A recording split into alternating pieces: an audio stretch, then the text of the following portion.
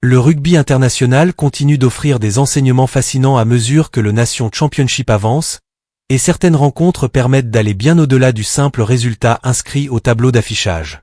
Cette deuxième journée a confirmé une tendance qui se dessine depuis plusieurs saisons. Certaines grandes nations ne se contentent plus de posséder une excellente équipe titulaire, elles disposent désormais d'un effectif capable de rester performant malgré de nombreux changements. Cette réalité a été soulignée par l'ancienne légende des All Blacks, Jeff Wilson, qui estime que 3 sélections dominent aujourd'hui le rugby mondial en matière de profondeur d'effectifs: la France, la Nouvelle-Zélande et l'Afrique du Sud. Selon lui, ces 3 nations sont capables d'aligner plusieurs compositions différentes tout en conservant un niveau de jeu extrêmement élevé. Une telle richesse représente un avantage immense dans une saison internationale toujours plus exigeante, où les blessures, la fatigue et l'enchaînement des compétitions obligent les sélectionneurs à faire tourner leurs joueurs sans perdre en compétitivité. Les résultats enregistrés lors de cette nouvelle journée semblent donner raison à cette analyse. La France s'est imposée avec autorité face à l'Australie sur le score de 42-26, les All Blacks ont dominé l'Italie 47-14, tandis que les Springboks ont pris le dessus sur une solide équipe d'Écosse grâce à une victoire 42-28. 3 succès convaincants, obtenus pourtant avec des compositions largement modifiées par rapport aux semaines précédentes. Pour Jeff Wilson, cette capacité à changer de nombreux joueurs sans voir le niveau de performance chuter constitue aujourd'hui la plus grande force de ces 3 puissances du rugby mondial. Le cas de l'équipe de France attire particulièrement l'attention. Depuis plusieurs saisons, Fabien Galthié construit un groupe extrêmement large, capable d'intégrer régulièrement de nouveaux joueurs sans bouleverser l'équilibre collectif. Cette stratégie repose notamment sur la qualité exceptionnelle du championnat de France, le top 14, considéré par beaucoup comme le championnat le plus compétitif au monde. Chaque semaine, les meilleurs joueurs français affrontent des internationaux venus des 4 coins de la planète, ce qui accélère leur progression et leur permet d'arriver en sélection avec une solide expérience du très haut niveau.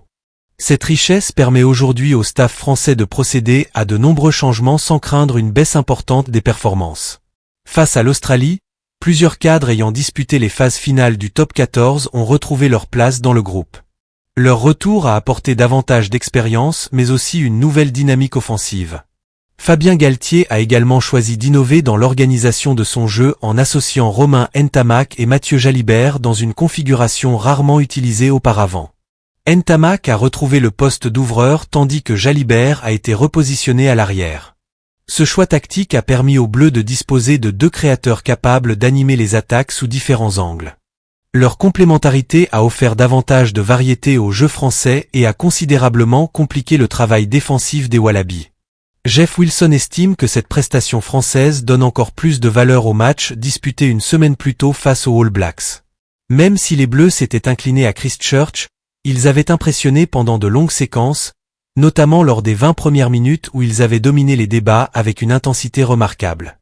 Selon l'ancien ailier néo-zélandais, cette performance prend aujourd'hui une nouvelle dimension lorsque l'on constate que plusieurs joueurs majeurs étaient absents ou préservés lors de cette première rencontre.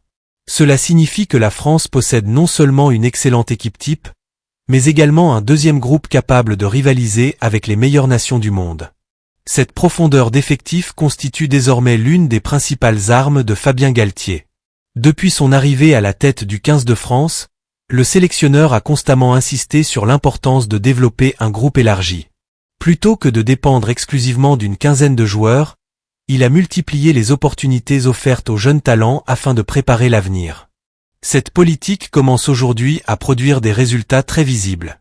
Chaque rassemblement permet de découvrir de nouveaux joueurs capables de répondre immédiatement aux exigences du niveau international. La Nouvelle-Zélande demeure également un exemple impressionnant de renouvellement permanent.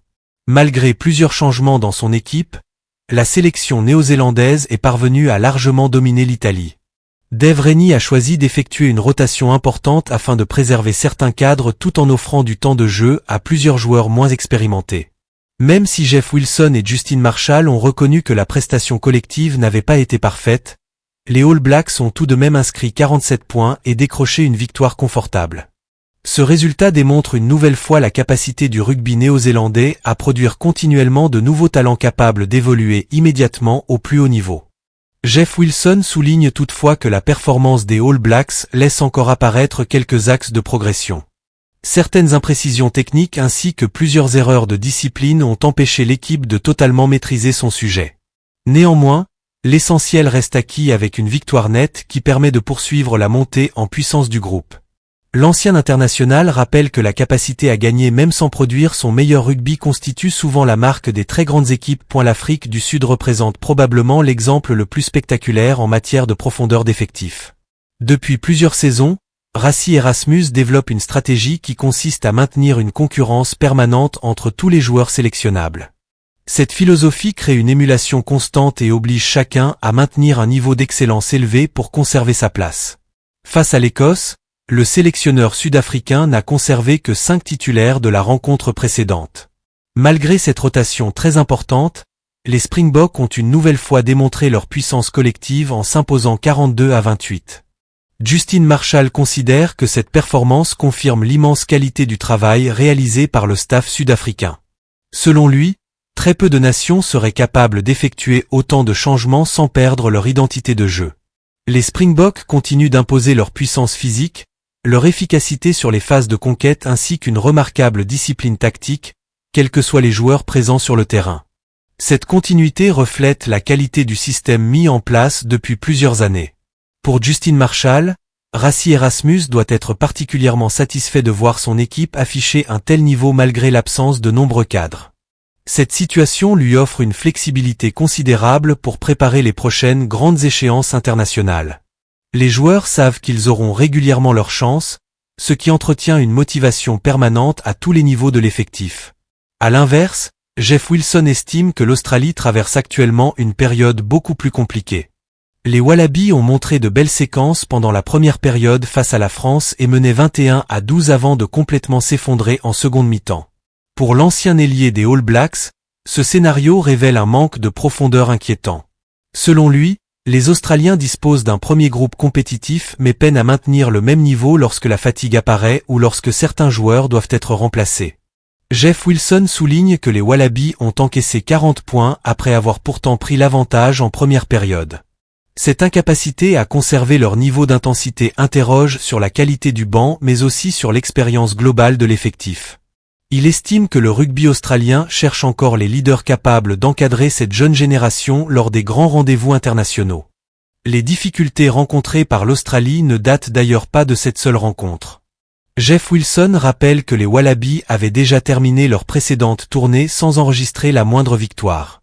Cette série de résultats souligne les défis auxquels le rugby australien doit faire face dans un contexte où la concurrence avec d'autres sports reste très forte.